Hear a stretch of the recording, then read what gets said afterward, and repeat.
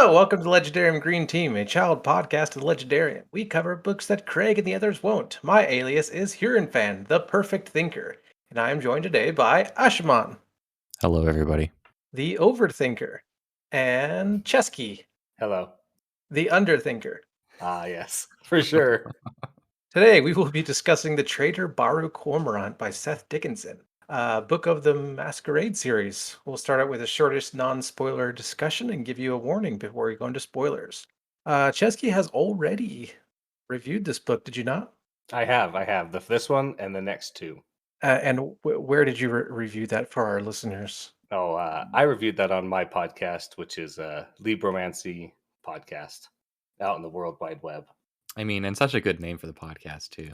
I honestly can't recommend it because I haven't listened to it. But And that hurts my feelings there, Huron, but I understand. But Chesky's awesome. So if you like Chesky, I could attest to Chesky's quality, just not his podcast quality. If you just want like a wholesome experience, you know? It is, especially in this book. It's very much these are all the things I really like about this series, this book, and very little on the flaws. But Oh, we'll get into the flaws today. Yeah, I have I'm some. glad you saved it. well, don't worry about the flaws till next book. That's Our listeners might be interested that we were originally had 4 people, and then Chesky's 5. like, "Ooh, I want to join," and so then he joined, and thank God he did because 2 people dropped out. Yep. One because of scheduling issues, and one because they could just not get into the book.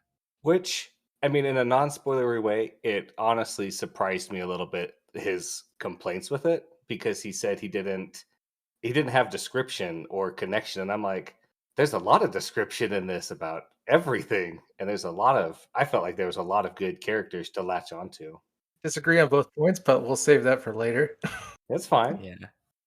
Okay, so how about our non-spoiler impressions, Ash? Well, I expected to like this book. I did like this book.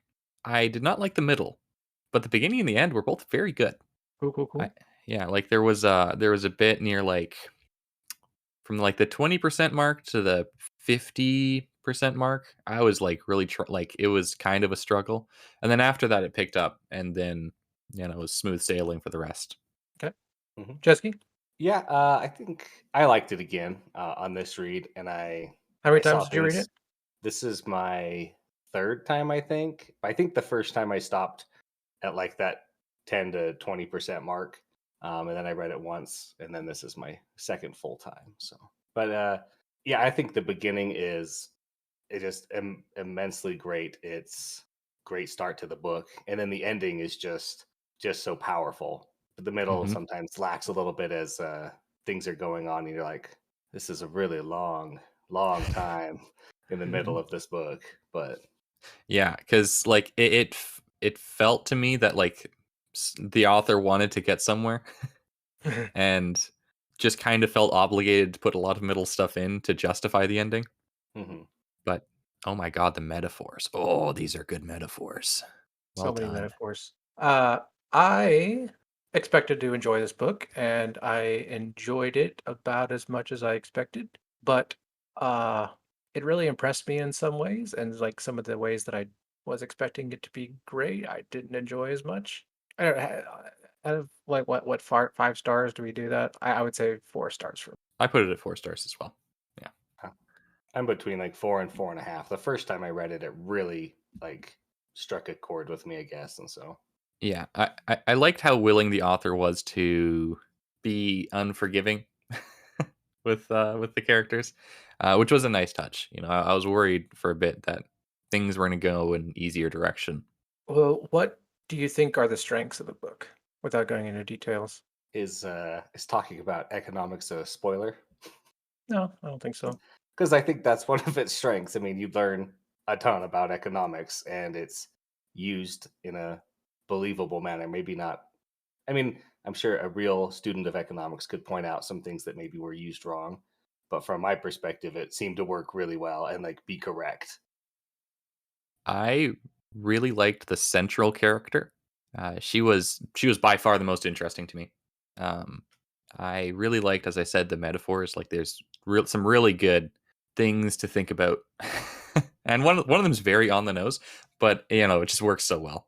And yeah, and of course, there are a lot of interesting questions being asked about like questions of empire and resistance to said empire, the ways you do it, what ways are effective, what ways might not be effective. Um, the book I don't think comes on anyone's side quite yet, but I assume that the series will. Um, yeah, I'll say I agree. I think the main character, I think it's fine to name her. Her name is Baru Cormorant. I think she was by far the strongest character. Honestly, the only one that I thought was great because I could not care less about any of the other ones, quite honestly, and I couldn't tell you anything about them as well. Especially all of the dukes and duchesses. There was one duchess that was more interesting, but we'll get into that later. Um, what would you compare this to as another works? I would put it as like in the same vein as something like the Poppy War, but I think it's done better, much better. I don't like the Poppy War. Yeah. Chesky? I am not sure. I have a hard time relating other books to other books and be like, this one is just like this. But I do like Ash's suggestion that the Poppy War is a similar style, where that one focuses more heavily on the military aspect, and this focuses more on the economic side of it. I had three examples because I wrote this question down and I wanted to ask you. But I thought it was reminded me a lot of also the Poppy War, and A Memory Called Empire, and also Dune. But if I want to talk about Dune, I'll have to get into spoilers. Dune. Okay, no, actually, I see that. Never mind. That makes Yeah. sense. Yeah.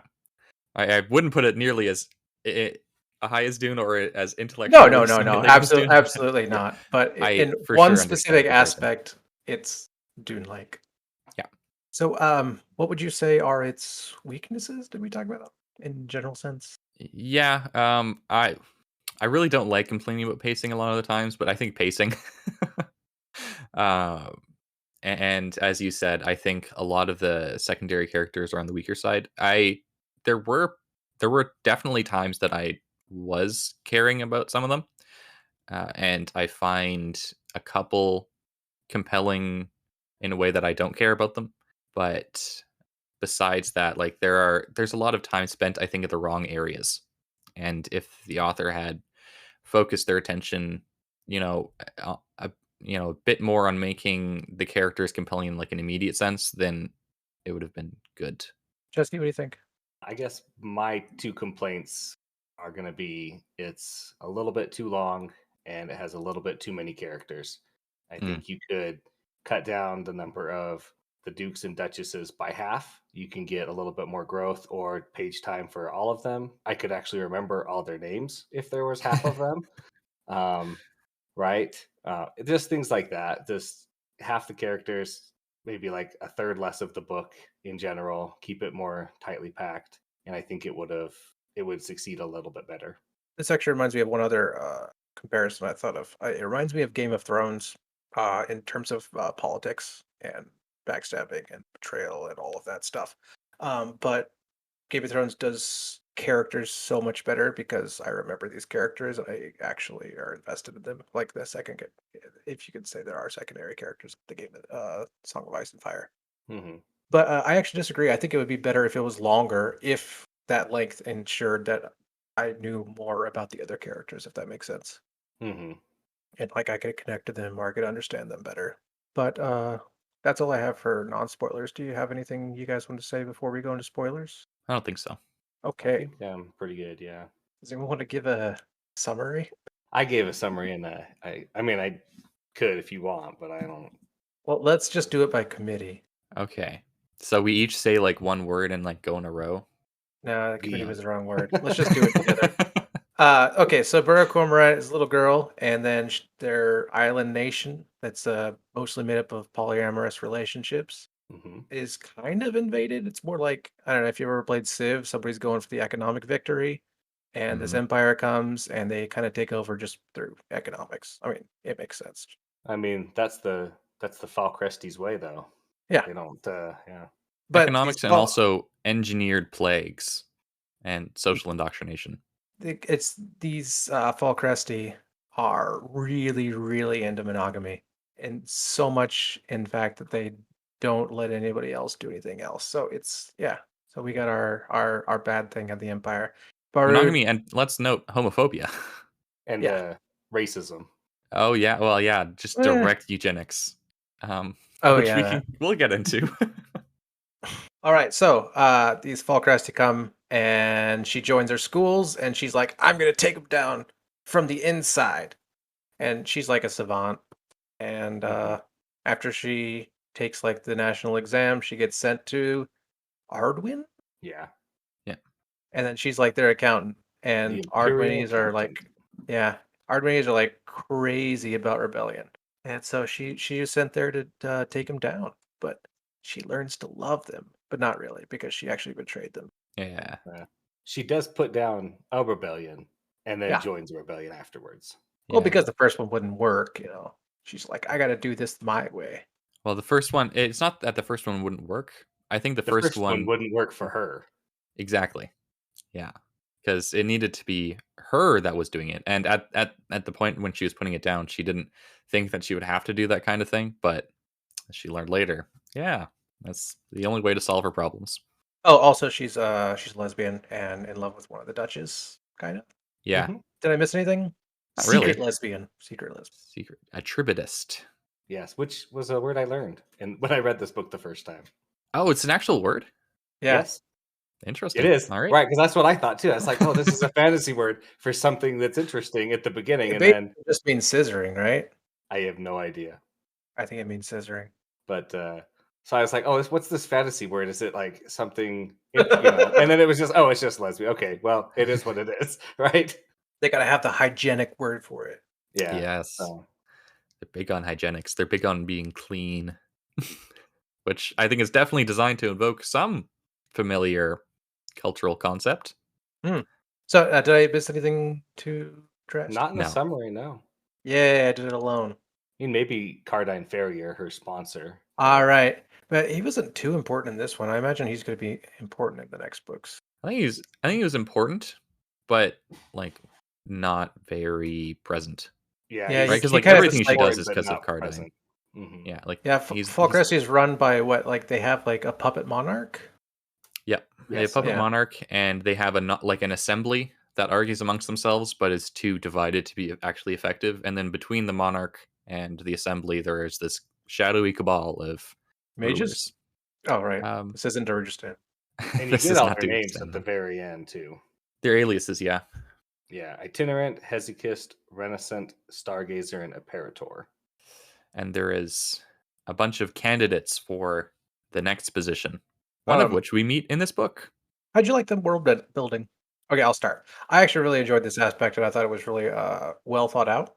I thought it felt really real, and I think Seth Dickinson. I forgot to mention his name. Seth Dickinson wrote this book, by the way.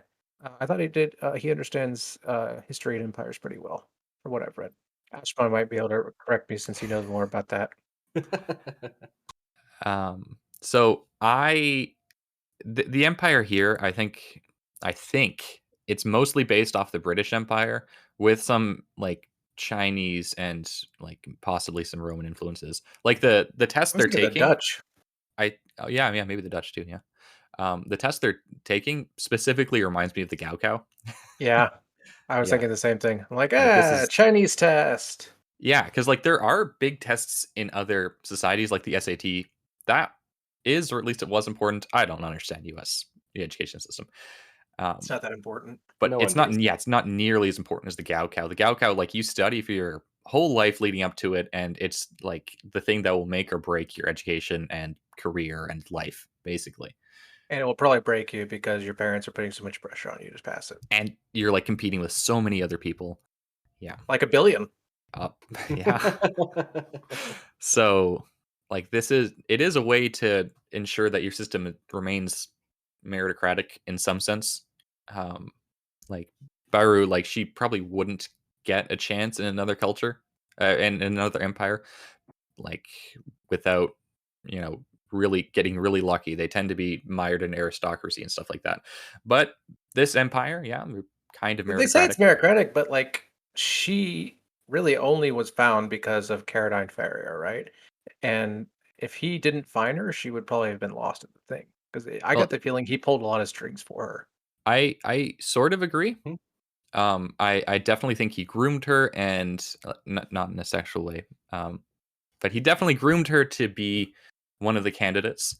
I think that she would have advanced some relatively high on the chain on her own merits, but he was the one that deliberately engineered her position in Arduin to see what she would do about it.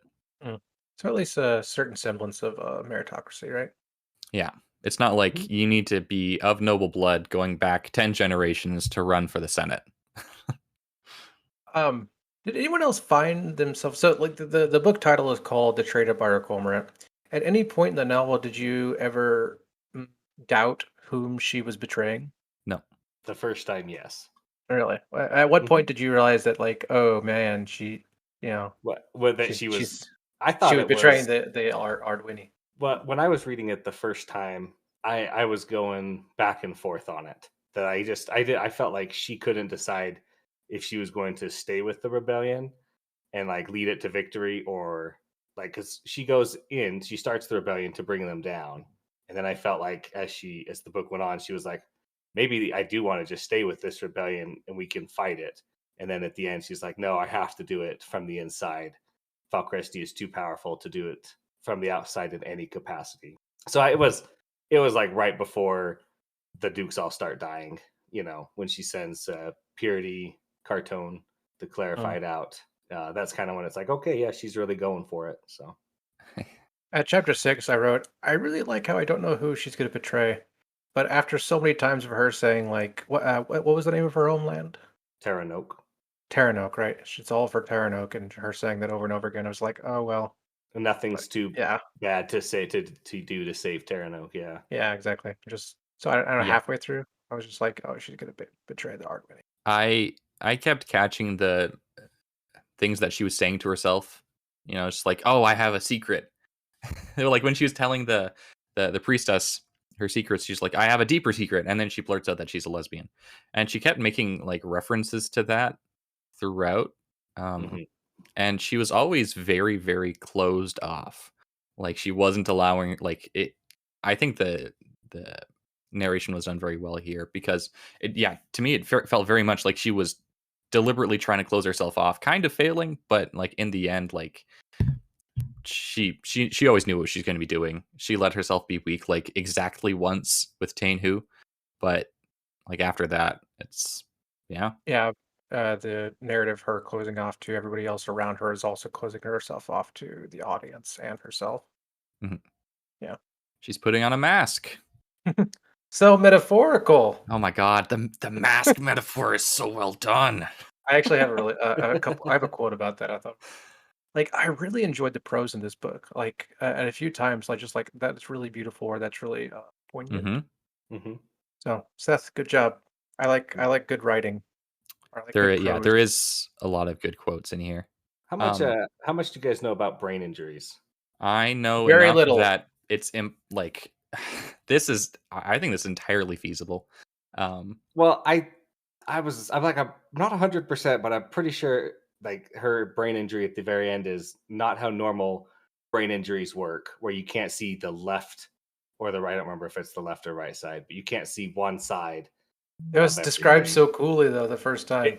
it was described cool, and it was great, but it's just like, it's not that she can't see anything to the left of her vision, it's that she can't see the left side of anything, right? Which is like, I don't think I have that's no idea. because they have her draw a clock and she crowds it all on one side. And I'm like, okay, I know things like that can happen, but I then it's assume also it's a like, metaphor for book two. That's gonna be important. it does come into play in book two, but it's just like she can't see the left side of her plate, and it's like, well, I mean, you could. I think, I don't know. Isn't it the right side? It does. I don't remember which side. I've just used in left because that's what I said. That's all. Because so It oh might my be. god, this is a great metaphor too. Oh my god, because if she can't see the right side, guess what right brain is? That's the emotional, creative, allegedly part of the brain. This is not well supported, I don't think. So now, yeah, she's only stuck with the left side, the logical, the cold, the rational, the calculating. I Oh think my you're right on god. Because that she killed side. her emotional side. Wow. She cut it off. Oh no. Well, she Oh, did it. She this got beat with a mace. I well, do you know what I know well, about like brain she did it. She injuries? did it emotionally at the same time that she got hit with the mace, right? Like Ah, it makes this sense to empire has me. crafted her into this abomination that can only feel one half of the human experience. Honestly, I really like that. Yeah, it's so I good. not only that, because anytime you read a book or watch a movie, 90% of the time somebody gets hit in the head, they get knocked out and there's no problem, which is Yeah, not usually what happens in real life. I mean, people treat like head injuries like it's nothing to be afraid of yeah. in fiction, and it drives me crazy. Especially if you get knocked out. You just like if you get knocked out like to the point where you're unconscious for minutes on end, like you have brain damage. You have serious brain damage. Yes, No, I liked the brain injury and the consequences. I just it not doesn't make any sure. sense. I'm not sure Let That's that's fair. exactly any how it brain portrays. doctors That's listening all. tell us that this like could happen. Yeah, We're interested in. read the last like 2 chapters and tell us what happens. Tell us what we know. All right, did anyone find themselves rooting for the Empire? Did I find myself rooting for the Empire? I had a hard time rooting for anybody. Like I didn't get the feeling that the Arduini would be better off governing themselves. But also the Falcresti, like obviously engage in some pretty horrible practices. Like if it wasn't for the eugenics and the Right, and homophobia, homophobia. The um, repertory childbirth. yeah, and like a couple of the other aspects, like I think it would probably be a net positive for a lot of the places. Um, Terranoke, obviously, I think was better off without them. Well, actually, it might not have been better off. It's hard to say because they didn't as they were saying, like they were all dying from Baru, tooth infections. Baru didn't seem to. She didn't hate them as much as you would think she should. If that makes Yeah, because sense. Yeah. she was She brought makes up excuses by for them them all the mostly. time, and well, I Yeah, mean, they did bring roads and like Yeah. hygiene, like actual hygiene, The Falcrest and bring a inoculations. lot of good inoculations. things, Yeah, roads, but they have a lot of bad practices that outweigh generally all the good they try to That's bring on. Empire. I mean, that's the nature of Empire, isn't it? It yeah, it is. can be right. Like that you can pose like not quite the same questions. You can pose a lot of the same questions about the Roman Empire. Yeah. Um, I will absolutely. I will preface this as saying that the Japanese Empire was a net negative for almost everywhere and a pretty big one, but Mhm. it was actually pretty good for Taiwan. Yes. Like they set, and not only just Taiwan, but lots of places in Southeast Asia where they actually set up infrastructure, they build hospitals, they build railroads, and like obviously people know the bad things that they did. I don't need to get to that, but I mean, it's not just negatives, right? Yeah. Yeah. Like even if something can be almost wholly bad, like there most of the time there's still going to be like at least a few redeeming qualities.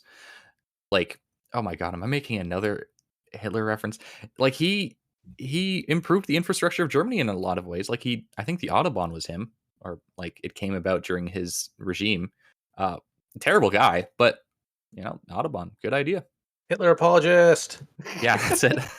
So, do you guys think that it's actually possible for Baru or anyone to destroy the Falcresti Empire from within, or does it have to be an I really hope external? that's how the trilogy ends. Well, it's Like, not. because It's the 4 book series. It's not finished. okay, really hope that's a tetralogy ends. Yeah, definitely. Because it seems like every single book that you read, okay, in real life, and like especially in democracies, like change is slow, change happens, but like over time, you could actually enact change from the inside, like they always talk about. Like it's really interesting in stories, and it's really fun, and it's really important to watch, and it's really cool, right? That like they do this like revolution, and lots of people die, and it's really exciting. But like that's not always true to life, right? Hmm. Oh, yeah, And so, revolutions like, like I really do almost want to never read a work. story like this where somebody actually goes through it and tries to change it from the inside, and it's still exciting. I I think the story is going towards she can't do this. She's deluding herself. The systemic mechanisms of the empire are too strong. I don't think that's accurate to real life. I do think that you can reform, like especially empires, right? Um, like empires are being remade by their rulers all the time. Yeah, the And Romans used to be a republic, right? exactly, Rome's used to be a republic, and like they used to be pagan. they turned to Christian through and that wasn't guaranteed. Augustus, he changed it from Republic to an empire in a very effective way. And people like Marcus Aurelius did very good jobs of running, and they reformed certain practices. So it's not just stagnant. There's always a push and pull um, towards the negative and the good aspects. And you can't really reduce it, I don't think, to just, oh, this is an evil system. We have to destroy it utterly, or else, everything's going to be corrupted. Because of all those good things they do bring, the roads, the hygiene, the Yeah. vaccines, etc. And Yeah, that's an empires aspect are I made of really people. enjoyed. They're not mechanical entities. I get that a big Falcrest is trying to make itself into a machine as much as possible, and you see that in people like Purity Cartone. Cartoon. Is that his name? Yeah. Mhm.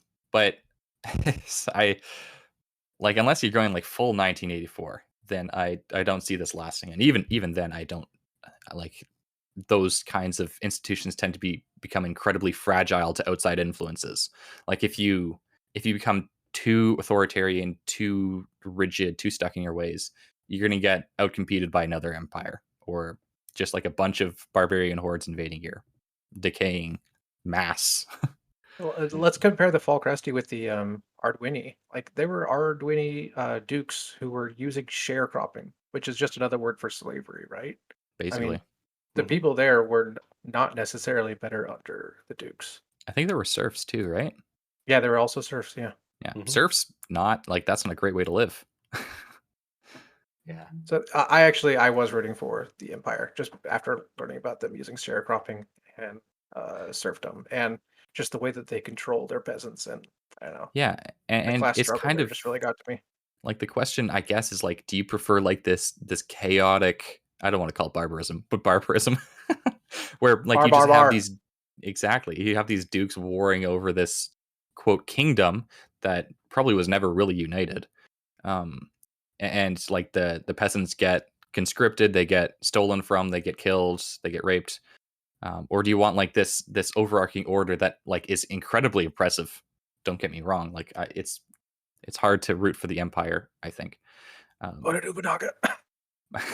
but the average person's life is pretty peaceful, they're, and they don't die from things like tooth infections. And As there's a long as you semblance of follow their meritocracy. lines. Yeah, exactly. Yeah, and that's the catch, right? You don't. I mean, we value individualism so much that even when even a single individual is oppressed, or even just a small minority group, which is, I mean, I think we value pretty highly, right? So Mhm. those kind of stories really grip people. Yeah, it's very emotionally compelling, I think, the side of the Arduini. Mm. um So earlier I said I had one gripe with the economics, and it's that.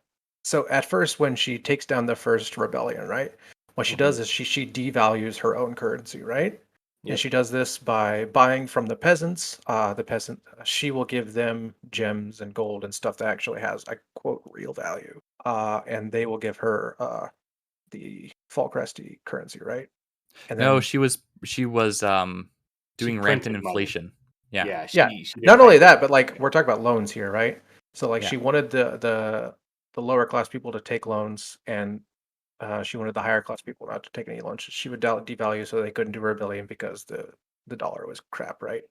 Mhm. Um, but what didn't make sense to me was that in a society like what they had, basically, I don't know, serfdom and feudalism or whatever, uh, what the dukes and the duchesses owned always rose up to them, right? So even if the peasants were paying with this money, it eventually, or with the maybe I was wrong, because I was almost certain that they were getting paid in gold and jewels and gems. She The did. peasants were given small loans of golden gems, that Yeah. weren't extended to the nobles. And Yes, then simultaneously, she allowed the printing of tons and tons of money. So the peasants stopped using the paper money and started using the gems and the gold. right. So yeah, my point is that the gems and the real currency would eventually just rise up to the top because Right. they were It at the it bottom, is right? it is. And that what's like I don't remember exactly, but that is what reset Ardwini basically, because the Falcresti had been working for 10 years to pull all their gems and jewels away, and then Baru put it all back basically. but it was still enough to stop the rebellion because their plan was contingent on the Falcresti dollar, not the golden gems. Yeah, Also, I thought it was the kind of funny. Sorry, she was basically treated like an angel because she gave the peasants debt. well, Well, she gave the peasants a way to survive that wasn't. I mean, it was more beneficial to the peasants than the nobles in the beginning. In the yeah, beginning, right? Yeah. and I think that that touches on the dynamic is like the dukes of this nation aren't on the side of the peasants. Like their interests might align sometimes, but these are like your classic aristocracy that's totally divorced from what the peasants actually want or need. So, if you give the peasants money, then they'll be happy and they won't resent you for not like for the dukes not having money because they don't care about the dukes. The dukes are their primary oppressors. I didn't get the feeling that Volchak was all that benevolent either. I mean, she obviously wasn't painted as in as bad a picture as the others, but Tainhu. Yeah. Yeah, like she seemed very much a product of Ardwin to me, like its flaws and its benefits. I liked seeing futures get introduced into the market. Yeah, that was cool. Yeah, I think economists, people who are really in economy, would read this book, and you Yeah, don't see it explored as much in stories that I usually like to read. So I really enjoyed that aspect. I liked how economics was important and it wasn't everything. Because I think it could have been very easy for Seth Dickinson to write it as like, oh, everything can be boiled down to economics, like Barrow was thinking at the start of the book. But you can't boil everything down to economics. There are a lot of intangibles that like vastly complicate things. Yeah. Like, I think people today have an outsized opinion of what the economy is and the extent to which it controls public opinion, especially in previous days, because like people used to, like back in the Crusades, they would bankrupt themselves essentially to go on this pilgrimage, because they legitimately thought they were fighting a holy war. I love Like pilgrimage. yeah, yeah, heavy air quotes around pilgrimage, but like that's what they thought of it at first. Like this was an armed pilgrimage. You're taking back the Holy Land from these invaders. Um, and sure, some of them got rich, but that's not the primary reason why most of them went. Most of them went because they were trying to, secure themselves a spot in heaven. Well, yeah, there's a little bit more economics in the second book. Do you think the Ardwini will ever recover? Like, do you ever think that they will do another rebellion after this? I think they might, but I don't think a rebellion with a chance of succeeding because yeah, now Barrow has poisoned the well, so like they'll never be able to trust any of their charismatic figureheads again. Like because last time, that's what happened. Like she was theirs the entire time. I thought it was really, really stupid of the Ardwini to trust her in the first place. They weren't really Nope. given a choice in a lot And of ways. they had her blackmail secret that they could have Yeah, used, except for the fact that that's true. She could have just lied.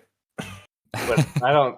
But well, she told the priestess, and the priestess was like, "Yeah, this is a grave sin." But even the Are we led Falcresti, I to don't believe think. that the priestess like had some like truth telling ability? Because I didn't No, get that but feeling. it doesn't matter if it's truthful or not if you accuse somebody of it. I mean, there are tons of people who would be willing to take Baru Okay, down on so a these rumor. Ardwini who are being oppressed by the Empire are going to complain about the person who betrayed them. Whose word are they going to take? Well, what about Zayt Olak? Or not Zayt Olak, but Zayt Yawa. She's the jurisprudence, Yeah, and she has the power to imprison Baru based on a rumor that she can choose to believe or not, whether it's true or not. And no one can exactly. stop her. And there is like tenuous evidence because she never slept with a man. She was with him for like she was with that one guy for like 3 years, and they never had sex, even though they're not supposed to. Okay, by the end of the book, I got the feeling everybody knew she was lesbian anyway, even the Empire, and she's fine. Yeah, so I think the Ardwini weren't counting on there being a shadowy cabal of people between the Assembly and the Emperor that were willing to protect her so long as she played their game. Which she doesn't play. Okay, can we talk about the that ending scene for a little bit, Yeah. where she just lets Tainhu be brutally murdered by the waves, and Oh, Itinerant's That trying to be like, just save her, say the word, and we'll save her, and she'll be, but Baru knows and Tainhu knows that she'll be just a puppet and a pet and, controlled by it, and they stick to it. I mean, I think That's that was the part dedication. that, yeah, it really pushed it over the edge for me when I was reading it the first time. Just like, oh, that's intense. It's a real girl boss moment. It was really well written. Yeah. No, that was very good, and it was very effective. Like I didn't care a lot about Tainhu, but nevertheless, like this was an effective moment. It's like it would be really rough to watch your Yeah, lover I didn't care get about. dashed against the rocks. I agree. Tenhu is just kind of meh, but I really felt like I understood Baru so much, Mhm. and that kind of was the icing on the cake. It's like, wow. I mean, I don't think I've bet that many were that dedicated to something. And even if she did something, it would really just ruin everything that she had done like her entire life. So it can't be an easy choice, but at the same time, she didn't really have much of another choice. She could have given in like everybody else did. I Yep. don't. I don't think the Baru that I know wouldn't do that. She's too strong-willed. Well done, Barrow. Um, so earlier I compared this to Dune. Ash, do you want to take a shot at what I meant? I imagine that it has a lot to do with this person being inserted into a remote setting, um, and they need to master the inhabitants in order to fulfill their goals. Um, so, like Paul is put on well, Paul and his father are put on Arrakis, and they have to. It's a hostile land. They have to deal with the Fremen. Kind of analogous to that, Barrow is put on Arduin, and she has to figure out how to exploit the Arduini to suit her own purposes. That is correct, but you missed one important part. Paul, like Baru, makes everything worse. Hmm. Spoilers for Dune Messiah, but yeah, Paul's not the hero you think he is. It's a white. This is like a reverse white savior narrative. The same as this. Same. Although Yeah, Burrow isn't white. yeah, but I mean, like, is that really that important? To some people, it is. Is everything really worse with well, I guess I think the Falcresti would have had more rebellions and there'd be even more death if Baru hadn't Well, stopped the two it's rebellions and, you have went a good her point. way. Like I I'm can't not. say it's I'm not 100% convinced that the worse. Falcrest. I'm the one who's defending the Empire here, so I guess I can't say too many bad things. But I for the think there's a people that chance. I don't know. Go ahead. well, just saying for the people that she was working with intimately, it's definitely much worse for them. Yeah, and definitely in the short term, like this was a rebellion that wouldn't have wasn't happening really otherwise like this. But I think that it would have if you're against the Empire, then this was a bad move for the Arduini because I don't think that alone they would ever be able to successfully rebel. But if they're rebelling at a time when the Empire is weak, then they could do it. We don't really ever see the Empire even show weakness at all though. It's just Yeah, it's true. overpowering, Like you know. it's oh my god, the masks come in again. Like you have no idea what's going on the actual empire because like everything is obfuscated, everything is illusory. It seems, um, like almost nothing in the empire is as it seems. Um, it seems to me at least. Um, so yeah, like it would be very difficult for the Arduini to ever know if it was the empire is weak or the empire is pretending to be weak to provoke a rebellion. Right, so they can mercilessly crush it Yeah. and start over again. Uh-huh. Yeah. Yep. I think it's like, yeah, I won't get to that. I was interested, Ash, to get your opinion on the clarified in general. People born and raised with command words and like the desire and the ability to serve like that. A sexual desire, no less. That's it's interesting. I really like what Purity Cartone's character did to the narrative, um, and I really appreciated that they're not just like unthinking brutes. They're very intelligent, or at least Purity is. He's able to like assess her situation and give her the advice she needs to succeed in the novel. Um, but because of his conditioning, he's like also completely subservient. So a lot of the problems in dictatorships, authoritarian regimes, is that people aren't willing to tell the people in power the hard truths that they need to hear. But like this could be a way around that, which is nice. Um, I like the idea of Mhm. somebody who wants to do what you want them to do, like the house elves. Oh, yeah. The But house you have elves, they're to just have the happy command being word too. slaves. Yes. You Like have to have the it, command it, word. it gets completely around the ethics of the problem, right? Oh, It's the house like elves are such an ethical morass. Like, there's nothing good there. have you read The Restaurant at the End of the Universe? It's been Okay. a long time since I In have. the restaurant at the end of the universe, the genetically raised cows, intelligent cows that want you to eat them. So what you do is you go to the restaurant and you talk to this cow, and it recommends parts of its body for you. It's like, oh, I've been really working on my legs, so the meat there is very good. I highly recommend this. Mhm. And they decide that this is the only ethical way that they could serve meat on the menu. That's hilarious. Good book series. It does sort of touch on the question of if someone is enjoying you exploiting them, is it really bad? uh, of course, the brainwashing makes it more difficult. But like, if Purity Cartoon was just brought into the world and he was already like this, like, is this an unethical thing to use him as you do? It's tough to know. Reminds me a bit, not not one-to-one parallel, obviously, but it reminds me of Uplift. Hmm. I haven't read it yet. I have plans to, Well, but you know the idea, right? Like you Hmm. have like client species and you breed them to kind of not to be your slaves, but like they're there to support you until at a certain point they can ascend or whatever. hmm. Should we talk about Baru? Her just her character. What we liked about what we didn't. No, No. Okay. I Yeah, we veto. can I move on to veto. So what about Baru? Can't talk about the main character. I love her flaws. She has such good flaws. Like, first of all, like she's so intent on self mastery, self discipline because of her upbringing in the school and what it did to her. Um, but there's this flaw that she has. She's a lesbian. She can't do anything about that. Like, try as she might, she cannot not be gay. Like we know this in real life. If you're gay, you're basically gay. You can't do anything to change that. Nor should you want to. Um, and also, like, she's kind of she likes to serve people in a way. Like, when she was a kid, she liked to solve her parents' problems as best she could, and that's her drive to save Terranok. I think she's still trying to impress her mom, basically. She's incredibly smart, but she's also kind of myopic in her thinking a lot of the times. And Purity Cartone tells her this, and this is, I think, the flaw that she recognizes in herself in this book, and she does the most to solve. And then, as much as she's not a bad person, I don't think, but she really likes exercising power over others, and she recognizes this in herself, and she doesn't quite like it, but she can't not like it.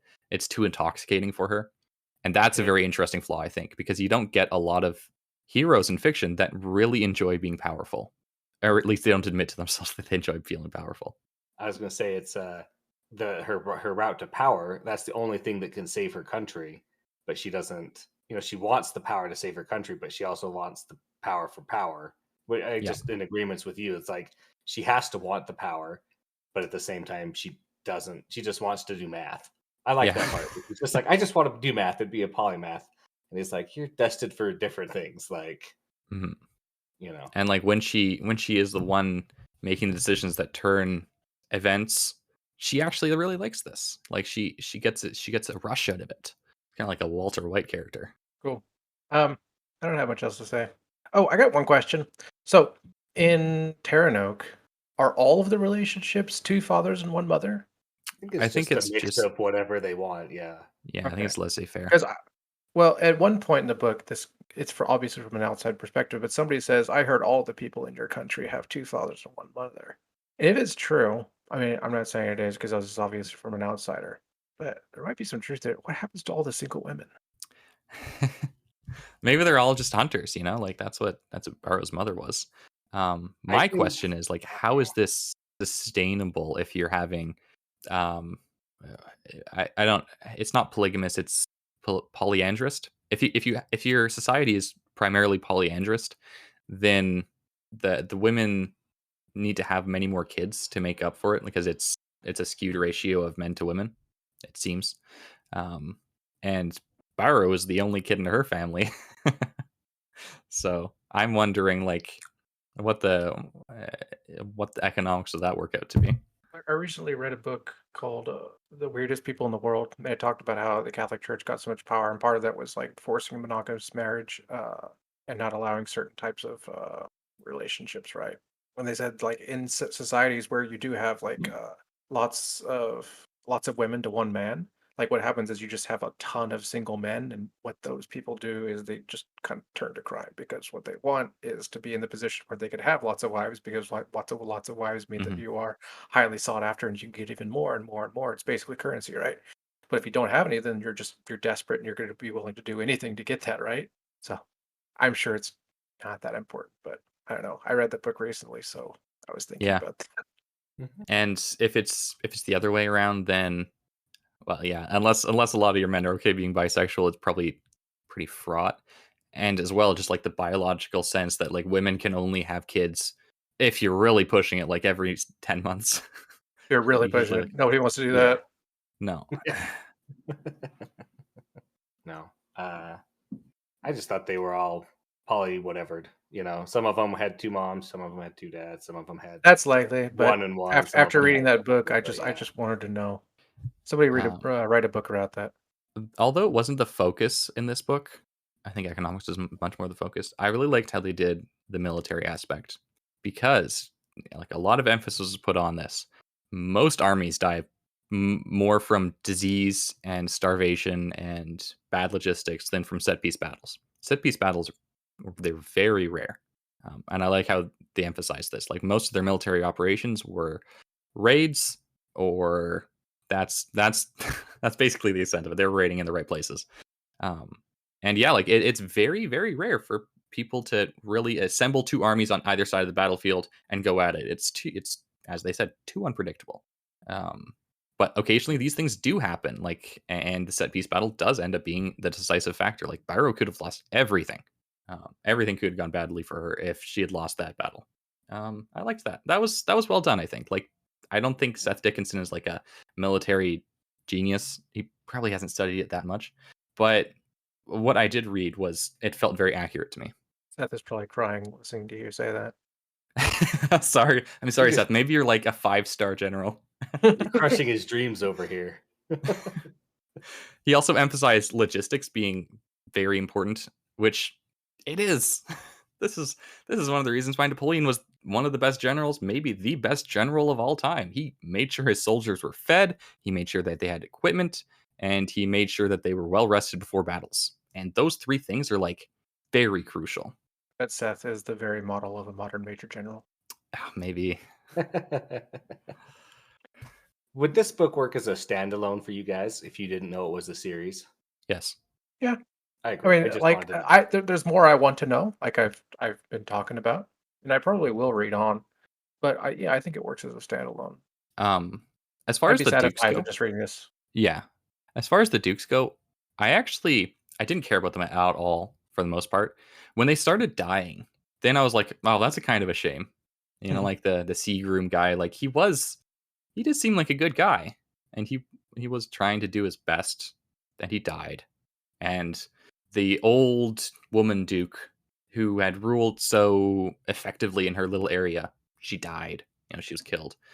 Like these people with big dreams and the philosopher guy. I felt really bad for the philosopher guy because he saw Yeah, I through bet you Barrow's. did. He saw through her trap at the end, and then he got cut down for it, which was also kind of sad. I have I a have couple nothing of else. quotes that I like. Read them. Read them. All right.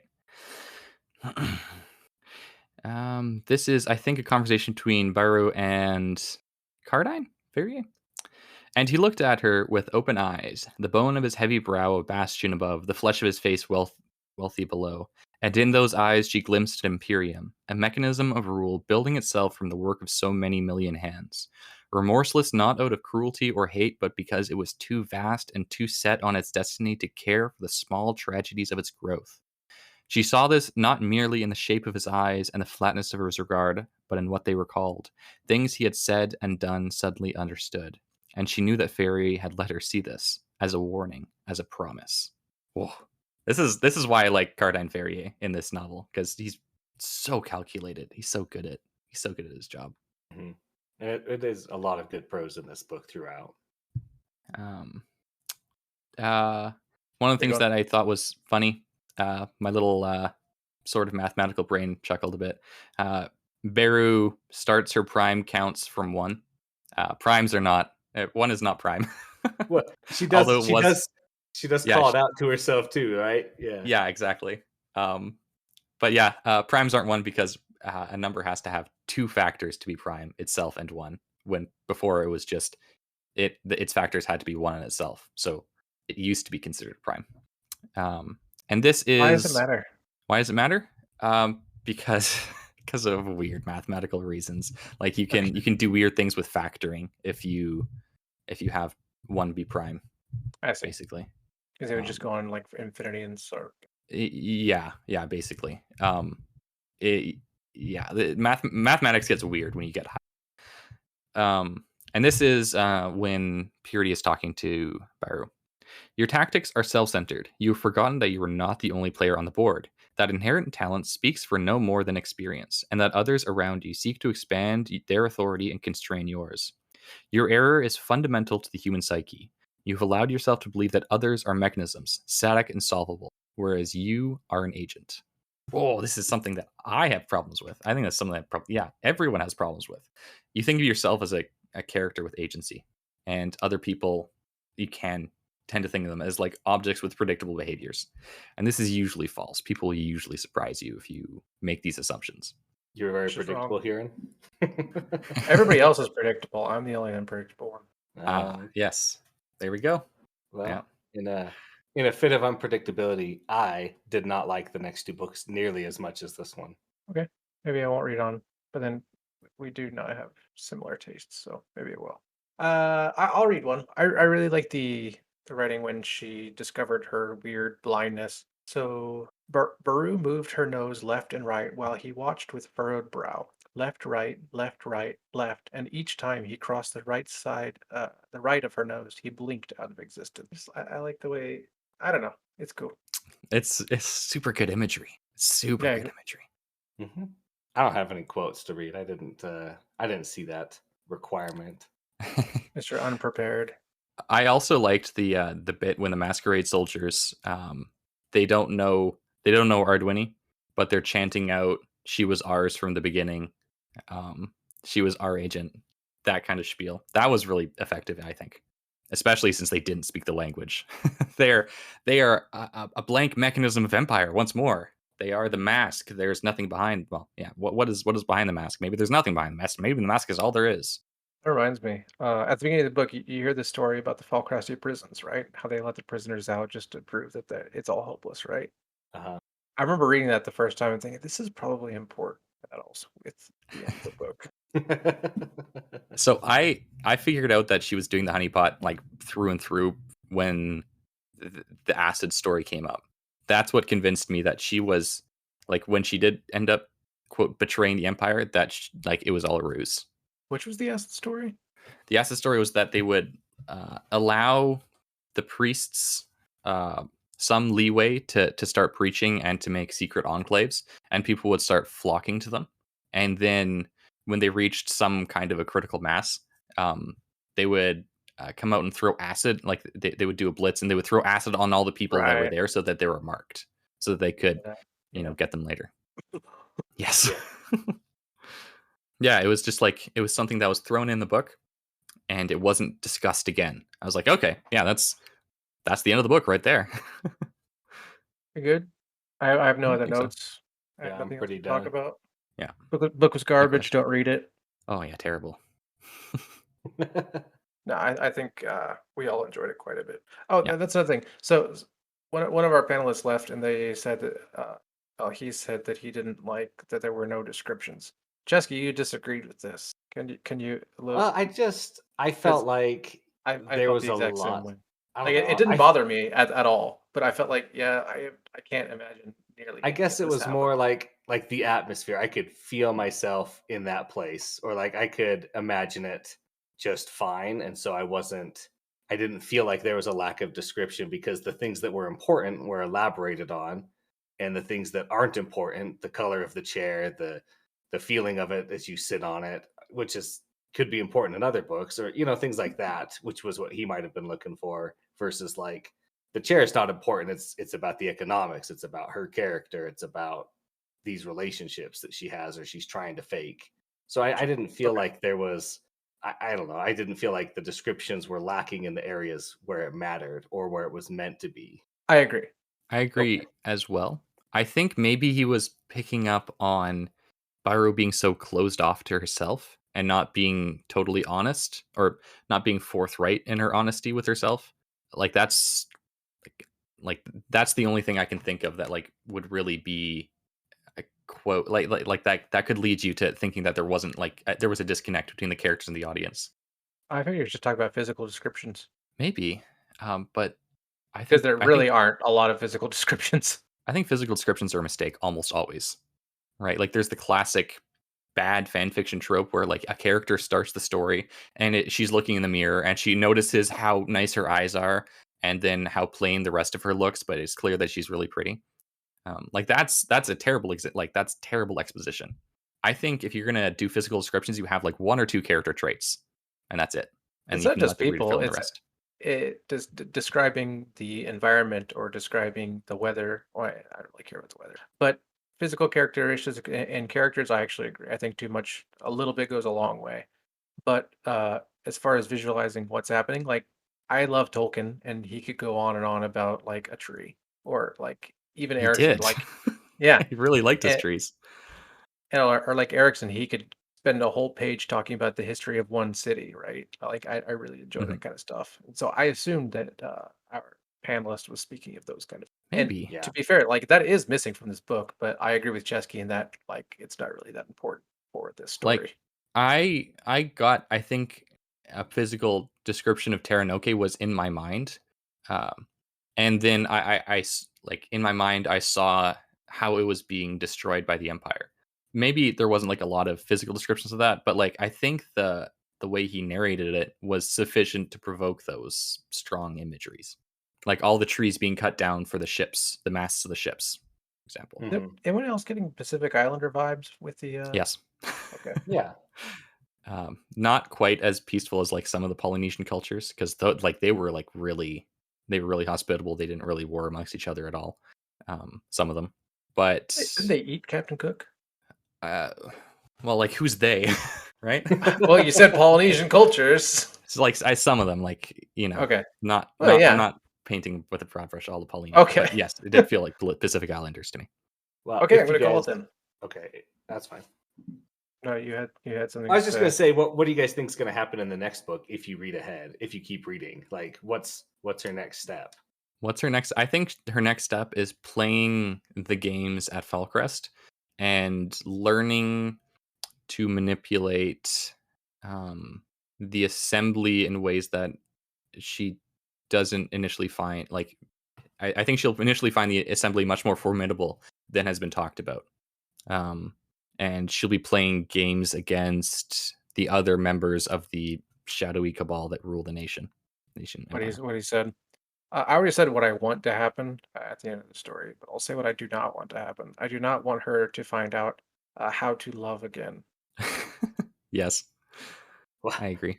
I can spoil one thing for you, Huron, and it's not that, so you're safe. Okay. Woo. But I won't spoil the actual story. Um, uh, but I do want you guys to read it and let me know what you think. Yeah, I think I probably Maybe will we'll do more finish. episodes. Yeah, I'll at not least read anytime the soon, next book, I probably. think.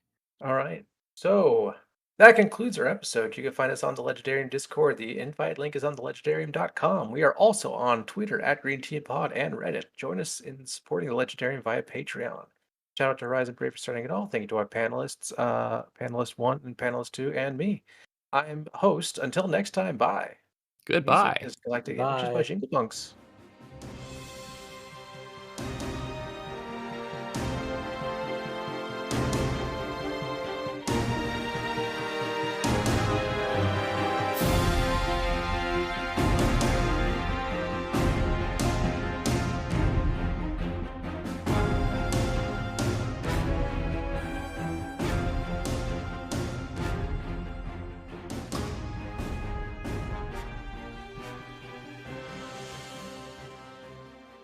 Ooh. No, the second and third book. I don't know if this happens to you guys, but they use the word cancer comes up a lot in the next 2 books, and Oh, it I think I throws know where me that's out of going. the story every time I hear it. Like every time they're like, "Yes, this person has cancer. There's a cancer," and it's like, it hard threw me out. Why is So that? I just because it's cancer. Like they don't Cancer's call real. vaccines. I know it is, but they don't call vaccines vaccines. They call them inoculations. They call. I just wish he'd had a different word for cancer, like a more world his world word versus like Mm. I'm just going to take this real world thing Mm, and not that's change fair. it at all. Well, he does change it in certain ways, but it's like he just lifts it and like dumps it in, and it's like cancer, cancer. You know, it's just